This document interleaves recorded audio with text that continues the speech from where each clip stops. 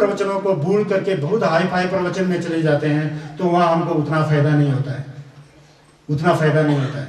तो मूल प्रवचन क्या था? भगवान बुद्ध के धर्म में मूल प्रवचन मैं कल बता रहा था कि शील, समाधि और प्रज्ञा। शील सुचिम, समाधि जो है मन की एकाग्रता, और प्रज्ञा जो है चाहे अच्छी स्थिति हो या बुरी स्थिति हो, सब में समता की भाव रखने का जब ज्ञान आए ना, उसको प्रज्ञा कहते हैं।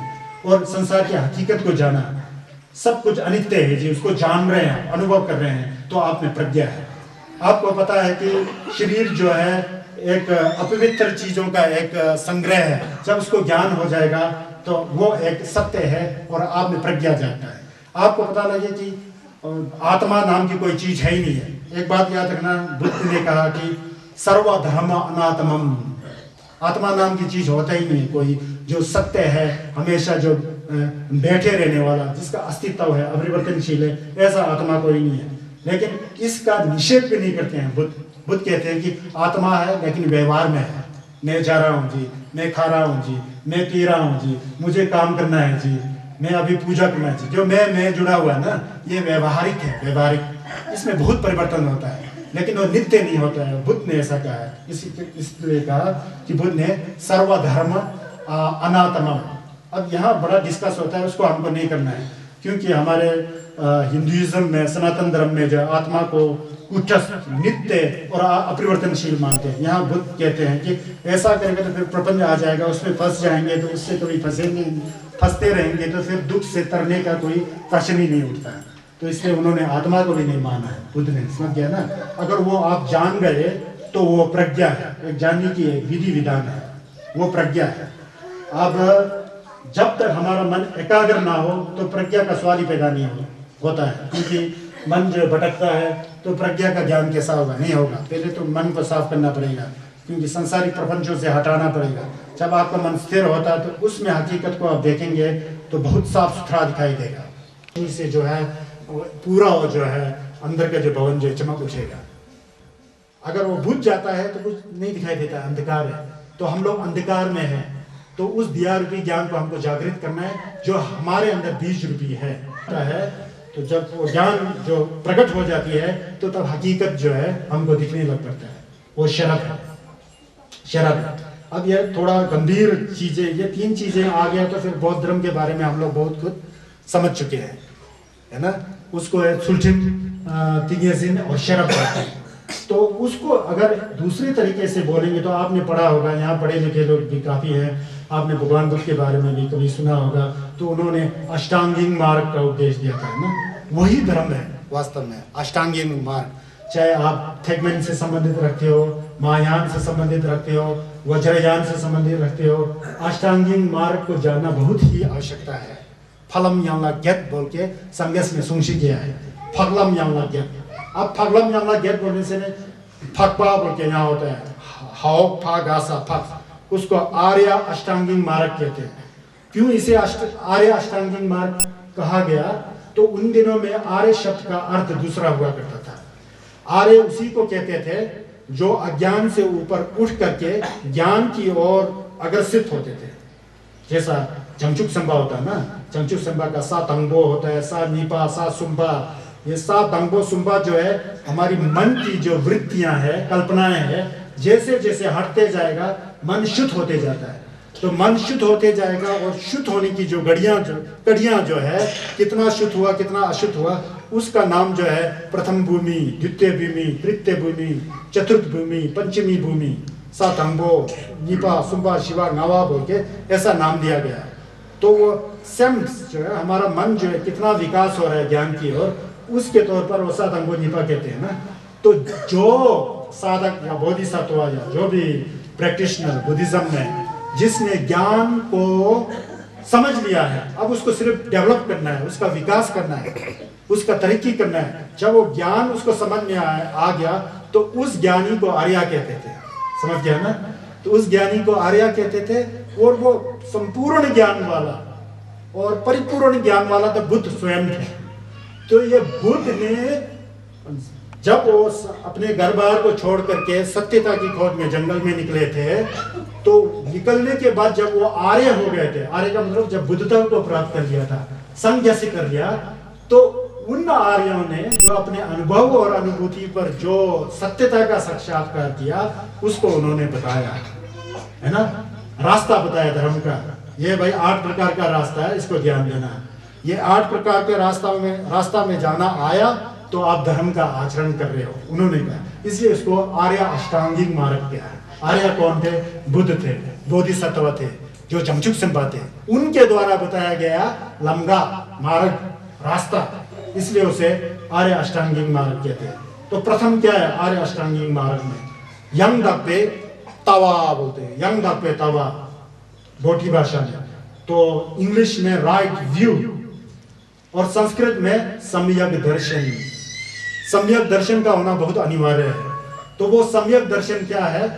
जैसा ये संसार जो है दुख रूपी सागर है, संसार जो है ये दुख का एक रंच मंच है। जैसे ड्रामा करते समय हम लोग एक स्टेज बनाते हैं ना, ये संसार जो है दुख का स्टेज है, रंच मंच है। और ये दुख जो है सत्य है, क्योंकि ऐसा कोई प्राणी नहीं है जो दुखी नहीं हो, सब दुखी है ना। ये दुख जो है सत्य है, संसार जो है सब दुखी है, संसारिक प्राणी सब दुखी है, ये सत्य है, ये एक सत्य हुआ।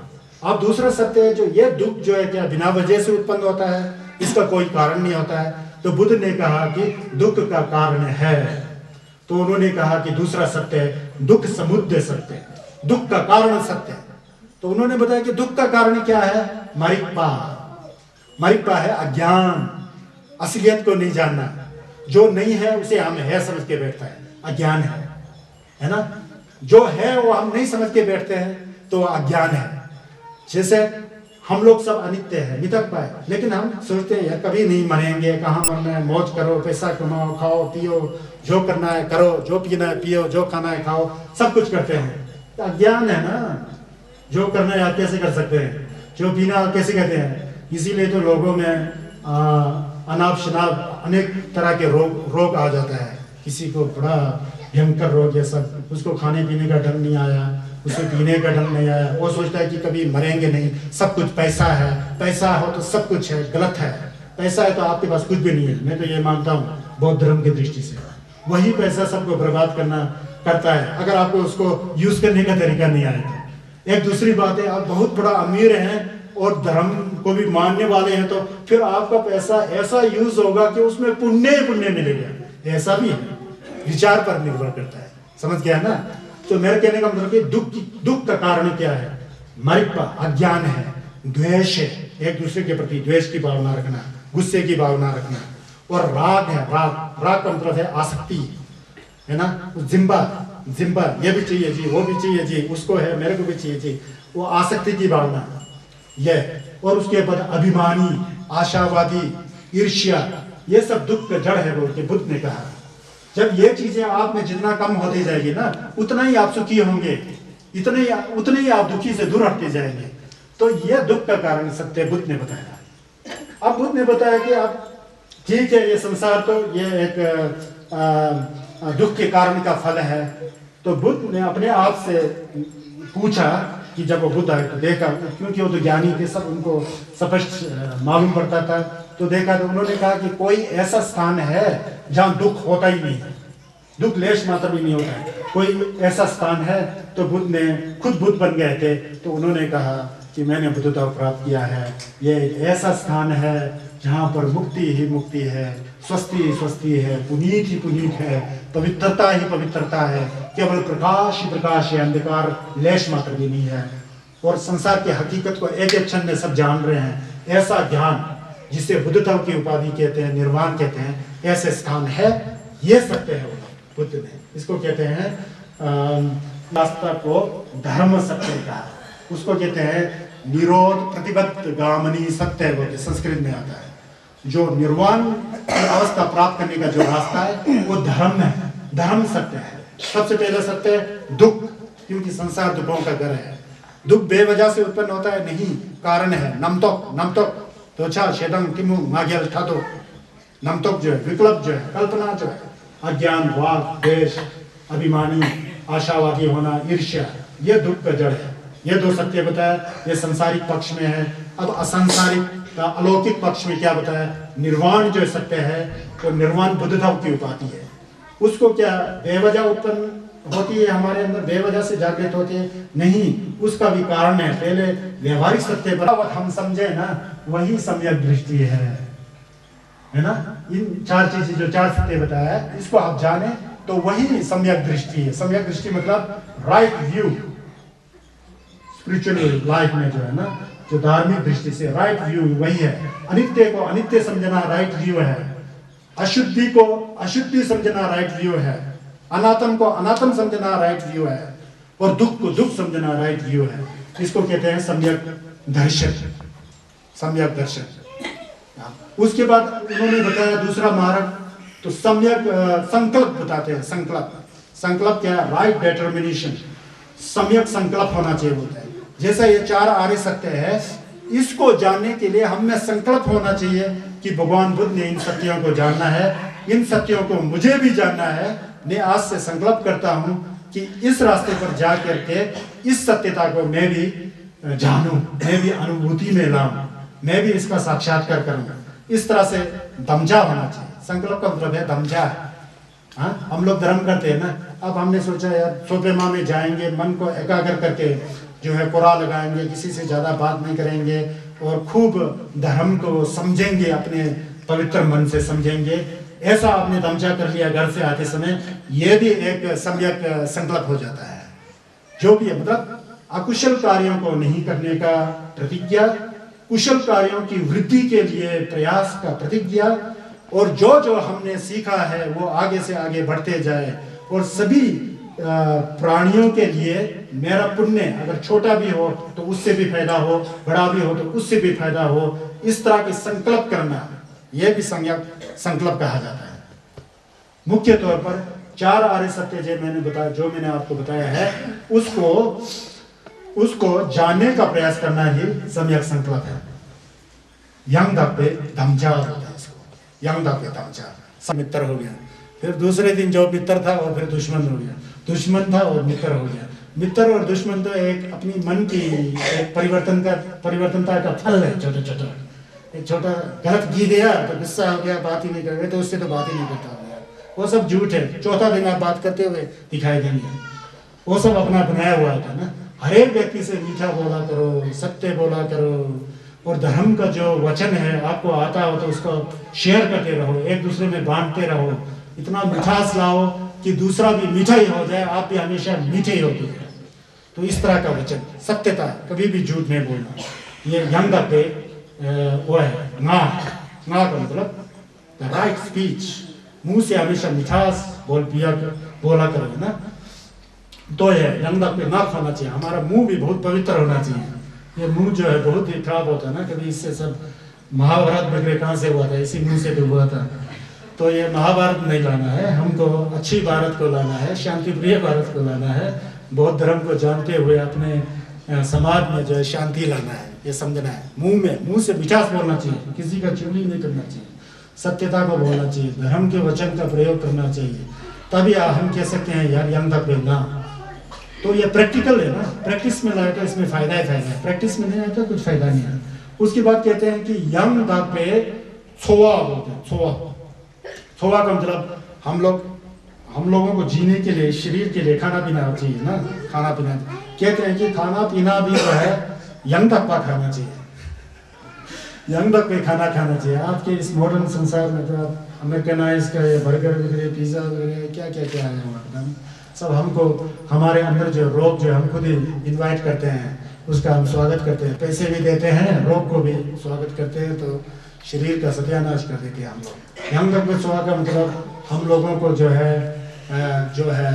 ऐसी भोजन नहीं करना चाहिए जिसमें जो भोजन जो है पाप से जुड़ा हुआ हो। कल मैं कह रहा था ना यंग तक स्वागत के बारे में, अगर आप बिजनेस कर रहे हैं तो भगवान बुद्ध ने कुछ प्रकार के जो व्यापार है उसको करने से रोका था, क्योंकि बुद्ध के काल में भगवान बुद्ध के कई शिष्य राजा थे ना, आपने पढ़ा होगा, राजा महाराजा बिम्सार, प्रसन्नजीत और सम्राट अशोक, उनसे 300 साल बाद हुए थे, कई राजाएं थे।